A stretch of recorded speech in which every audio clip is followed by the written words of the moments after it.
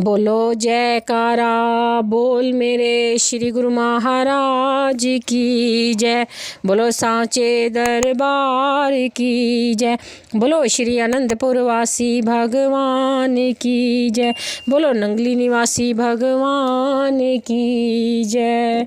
श्री आनंदपुर में आपने सर्वप्रथम श्री परमहंस अद्वैत मंदिर के शेष कार्य को पूरा करवाया।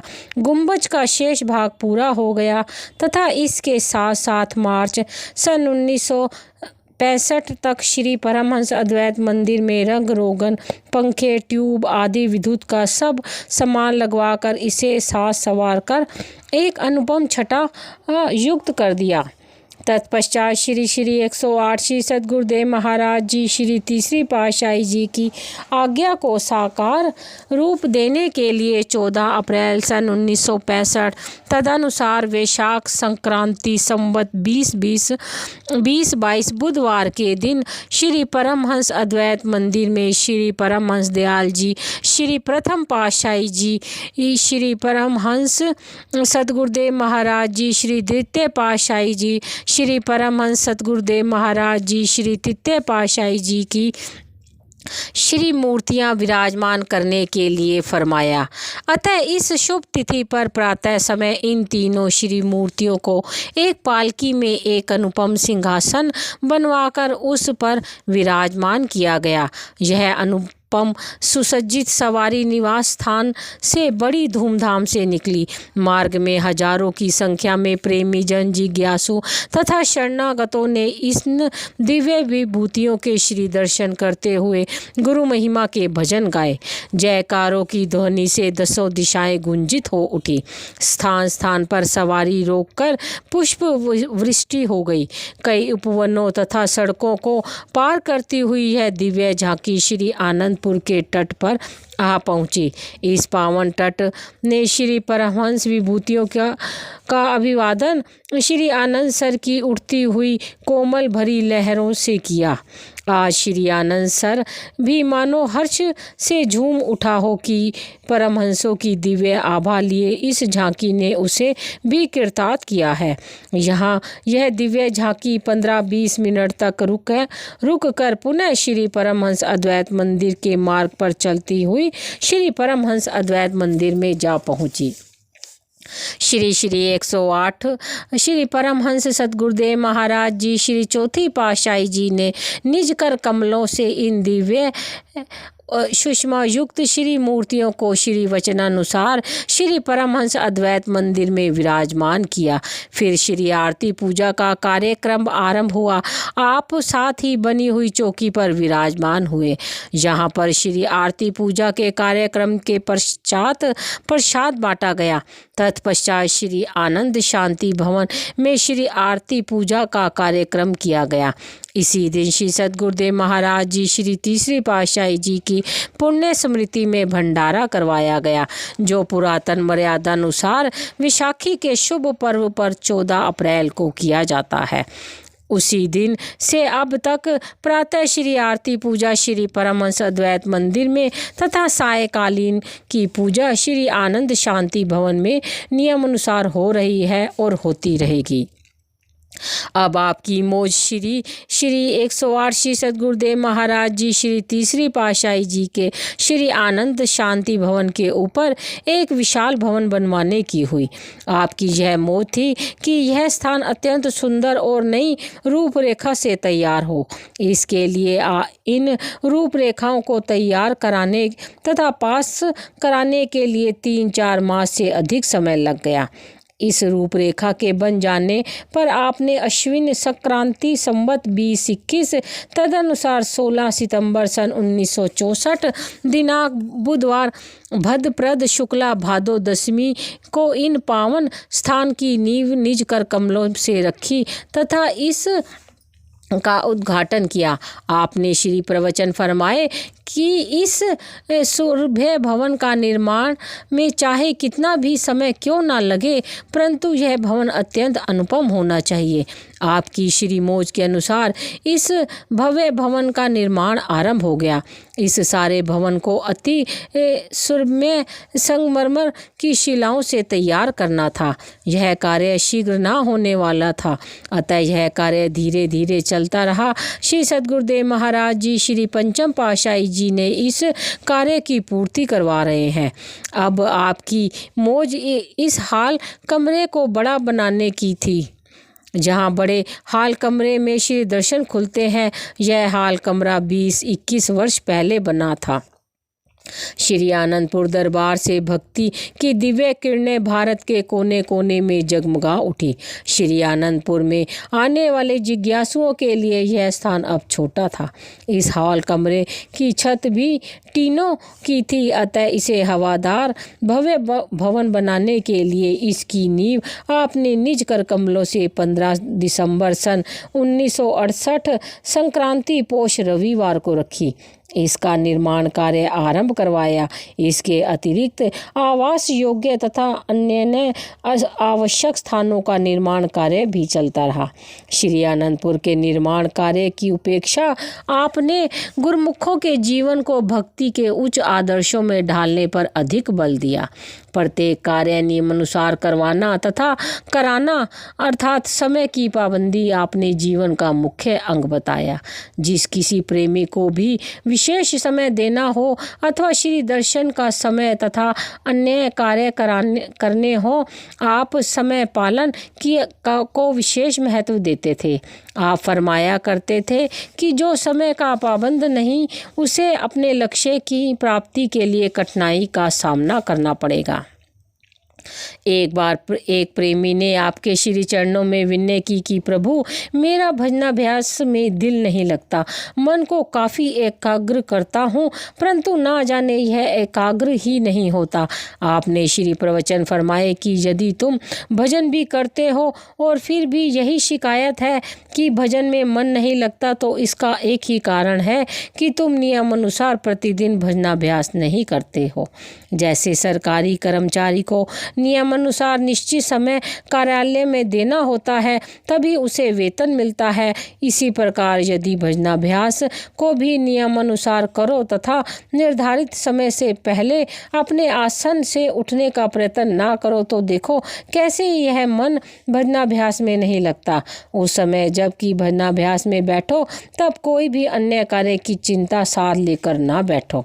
इन श्री प्रवचनों को श्रवण कर उस प्रेमी ने न वंदना की तथा घर आकर श्री वचनानुसार यह भजन अभ्यास करने लगा। कुछ ही समय के पश्चात जब वह पुनः श्री दर्शन के लिए आया, तो श्री चरणों में उसने विनय की कि प्रभु, आपके श्री वचनों पर चलने से मुझे अपूर्व आनंद की प्राप्ति हुई है। इसके लिए मैं जन्मों तक आपका कृतज्ञ हूँ। वह प्रेमी इस दिव्य आनंद को पाकर प्रसन्नता से झूम उठा तथा श्री सद्गुरुदेव महाराज जी के पावन गुणानुवाद गाने लगा।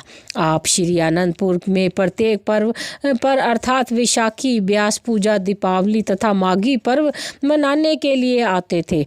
आप पर्वों पर श्री अमृत प्रवचन फरमाते थे तथा वैसे भी कई बार निजी मौज से शरणागतों के लिए विशेष रूप से प्रवचन करते थे। एक बार आपने श्री आनंदपुर के शरणागतों को एकत्र कर श्री वचन फरमाए, गुरुमुखों, श्री आनंदपुर दरबार सारी सृष्टि में रूहानियत की शिक्षा देने के लिए सर्वोत्तम है। फिर इस दरबार में शरणागति लेना उच्च भागों की निशानी है। जिस गुरुमुख प्रेमी को भी अपने जीवन के कल्याण की अभिलाषा है, वह इन 4 बातों को नित्य प्रति हर समय हर घड़ी स्मरण रखा करे। इन 4 बातों को आचरण में लाने के लिए कोई बहुत बड़ा काम नहीं करना। ये बातें साधारण सी है पर महत्वपूर्ण है। वे 4 बातें कौन सी है? नंबर 1, दरबार की हित चित। नंबर 2, सच्चाई। नंबर 3, सुमति। चौथा, समय की कद्र। नंबर 1, दरबार की हित चिंता। जिन साधनों से तुम्हारी भक्ति सुदृढ़ हो उन्हें अपनाओ। दरबार के प्रत्येक नियम को आचरण में लाओ। किसी कार्य के करने में तुम्हारी हानि हो अथवा दरबार की हानि हो, उस कार्य को कदापि ना करो। नंबर 2, सच्चाई। जहाँ तक हो सके अपने जीवन को सत्य के साँचे में ढालो। यदि तुम्हारा जीवन आचरण रूप में ढला हुआ होगा तो तुम्हारा हृदय शुद्ध होकर शब्द में जाएगा लगेगा। तुम्हारी वाणी में शक्ति व रस आने लगेगा। महापुरुषों के वचन है, सच्चाई को रखो हमेशा अजीज, सच्चाई बराबर नहीं कोई चीज, सच्चाई से होती है दिल की सफाई, सच्चाई बुजुर्गों ने है अजमाई। सच्चाई उन बुजुर्गों ने आचरण करके पुनः सबको बताया कि सच्चाई के समान दुनिया में कोई वस्तु नहीं। इसीलिए मुख से सदा सत्य वचन कहो, सत्य व्यवहार करो, फिर देखो कि इसका परिणाम क्या अनूठा रंग लाता है। नंबर 3, सुमति। सुमति से रहो। यही दुनिया के सामने एक आदर्श दिखाओ। सांसारिक सुख ऐश्वर्य छोड़कर भक्ति के अभिलाषी बनकर इस दरबार में आए हो। आप सब गुरुमुख सदगुरु के सेवक हो। सुमति से सब काम करने हैं। जहाँ सुमति हो वहाँ ईर्ष्या वैर विरोध कुछ भी नहीं रहता। वहाँ तो प्रेम ही प्रेम, आनंद ही आनंद हर समय बरसता है। श्री रामायण में भी लिखा है, जहाँ सुमति तहाँ संपत्ति नाना, जहाँ कुमति तहाँ विपत्ति निधाना। आप सब जानते ही हैं कि लंका के राजा रावण का क्या हाल हुआ। वह इतना पंडित विद्वान था, परंतु वह जब कुमति ने डेरे डाल लिए तो सोने की लंका जलकर राख हो गई। कुमति ने अपने हृदय में भी अशांति, चिंता, कल्पना पैदा हो जाती है, जिससे शब्द में सुरती नहीं लगती और मन वास्तविक आनंद को प्राप्त करने से वंचित रह जाता है। नंबर 4, समय की कद्र। समय का सदुपयोग करो। तुम्हें मालूम नहीं कि गुरुमुखों का समय कितना कीमती है। इस मनुष्य जन्म का मिलना करोड़ों जन्मों के पुण्यों का फल है। फिर इस मानव जन्म में एक श्वास का मूल्य 3 लोक 14 भवन 2 जहान से भी बढ़कर है। अब सोचना यह है कि जीवन का एक एक श्वास कैसा जा रहा है और कैसे जाना चाहिए। गुरुमुखों का प्रत्येक श्वास सेवा, भजन, सत्संग में लगना चाहिए। यदि इन तीनों कार्यों में समय शेष हो तो आराम करो, जिससे शरीर निरोग रहे और इन कार्यों को करने में भी सफलता प्राप्त हो। व्यर्थ की निंदा चुगली में समय व्यर्थ ना गंवाओ। किसी के अवगुण ना देखो। दूसरे के अवगुणों पर ध्यान देने से अपने हृदय रूपी दर्पण पर मैल आ जाती है। अतः दूसरों की मलिनता अपने अंदर ना भरो। हृदय में सद्गुरु का ध्यान बसाओ। अतः इन चारों बातों को आचरण रूप में लाना है।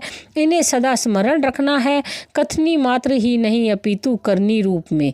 इन बातों के आचरण से प्रत्येक गुरुमुख सुख, शांति, आनंद की जिंदगी व्यतीत कर सकता है।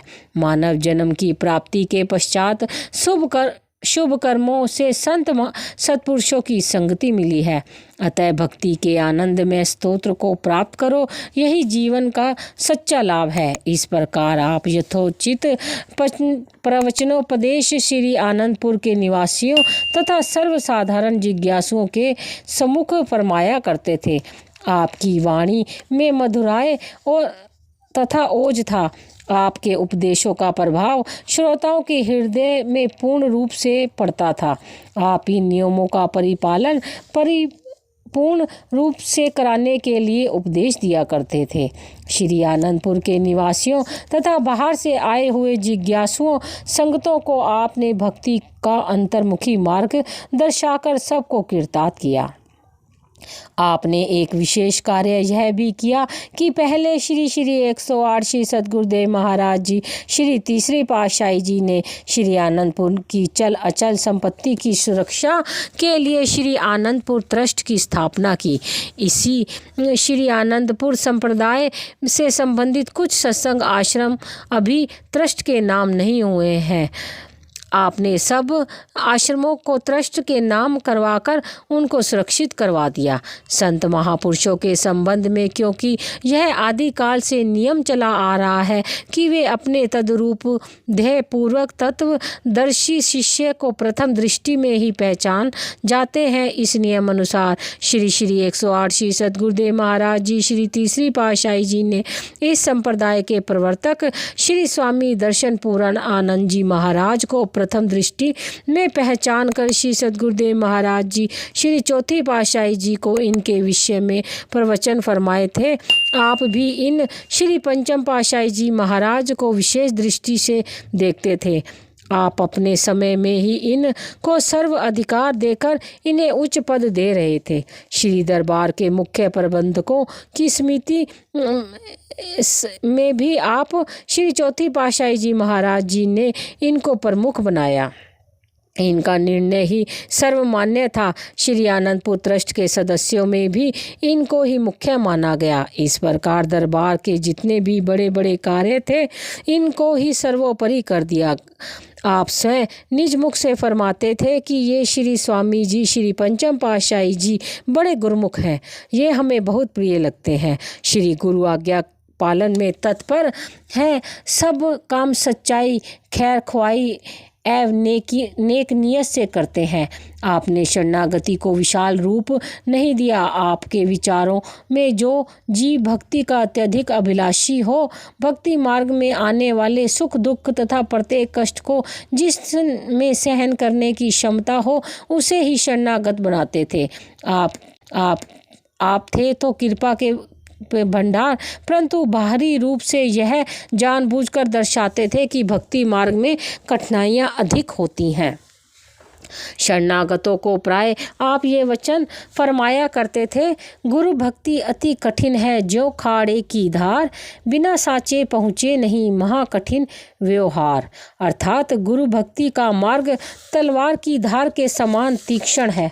सच्चाई पर चलने वाला ही इस मार्ग पर आ सकता है, यहाँ पर कायरों का काम नहीं है। अतः आपने प्रबल भक्ति के अभिलाषियों को शरणागति प्रदान की। आपका अप्रैल सन 1964 से मई सन 1970 तक यही कार्यक्रम चलता रहा कि आप प्रत्येक पर्व पर श्री आनंदपुर पधारते, कुछ दिन यहाँ विराजमान रहकर पुनः श्री प्रयाग धाम में आसीन हो जाते। इन दोनों स्थानों पर आप परमार्थिक कार्य को उन्नति दी। आप दृढ़ संकल्प के विषय में कई बार सद्वचन फरमाते थे कि यदि मनुष्य में किसी कार्य को पूरा करने के लिए दृढ़ संकल्प हो तो कौन सा ऐसा कार्य है जो सिद्ध ना हो सके। आप अधिकतर यह शेर फरमाया करते थे, मुश्किलें नस्ते की आसान नशावद, मर्द बायद की हिरासा नशावद। अर्थात ऐसी तो कोई कठिनाई नहीं जिसे सरल ना बनाया जा सके। मनुष्य को चाहिए कि वह वीर पुरुष बने तथा कठिनाइयों से कदापि ना घबराए। इस पर किसी कवि ने भी कहा है, हिम्मत करे इंसान तो क्या हो नहीं सकता, वह कौन सा उगदा है जो वह हो नहीं सकता। अर्थात कोई भी ऐसा कार्य नहीं जो मनुष्य के लिए असंभव हो, केवल आवश्यकता है दृढ़ संकल्प की। संत महापुरुषों में अलौकिक शक्ति होती है, वे सब कार्य इसी शक्ति से करते हैं, परंतु गुप्त रूप से बाह्य रूप से तो वे साकार मानव देह रूप में साधारण कार्य करते हुए दिखाई देते हैं।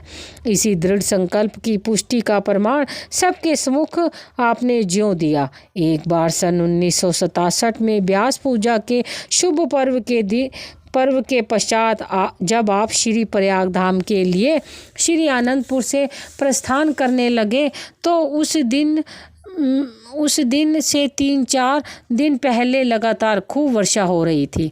श्री आनंदपुर से लगभग 28 मील की दूरी पर पंचावली नदी है, जिसमें थोड़ी सी वर्षा होने पर भी बाढ़ आ जाती है। उसे पार करना कठिन हो जाता है। आपने नियमानुसार कार पर प्रस्थान किया तथा साथ में संगतों की एक बस भी श्री आज्ञानुसार कार के साथ चल दी।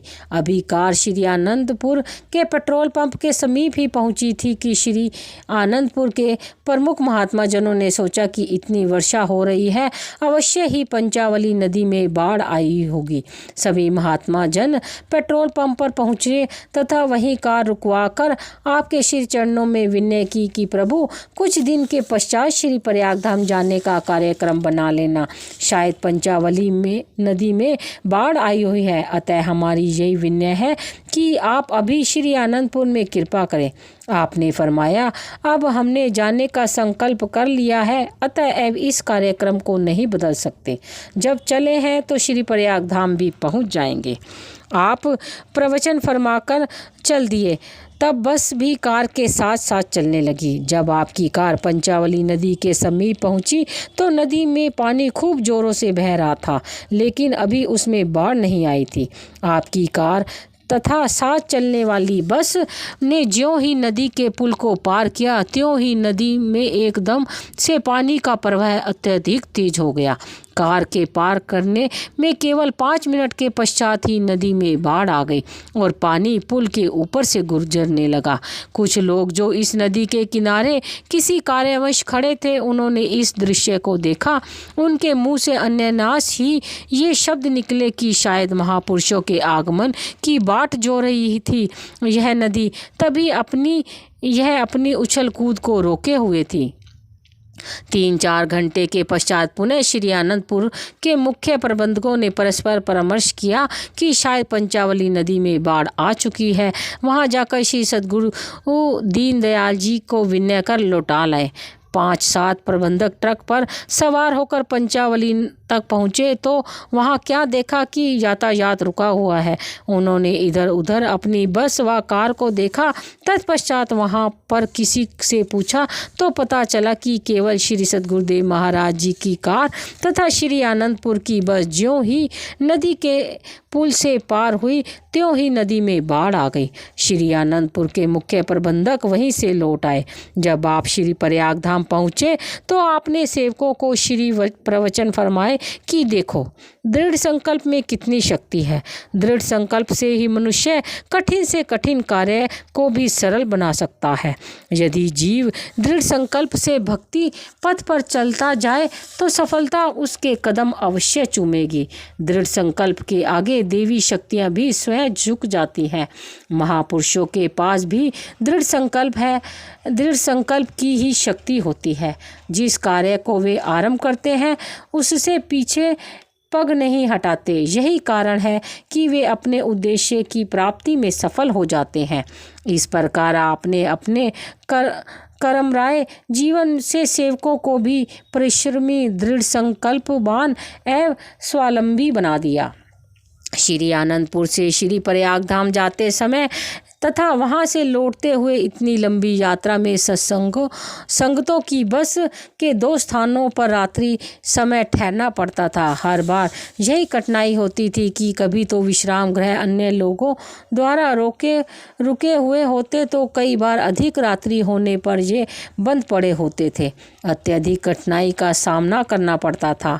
आपने श्री प्रयागधाम तथा श्री आनंदपुर के मार्ग में 2 स्थान बनाए।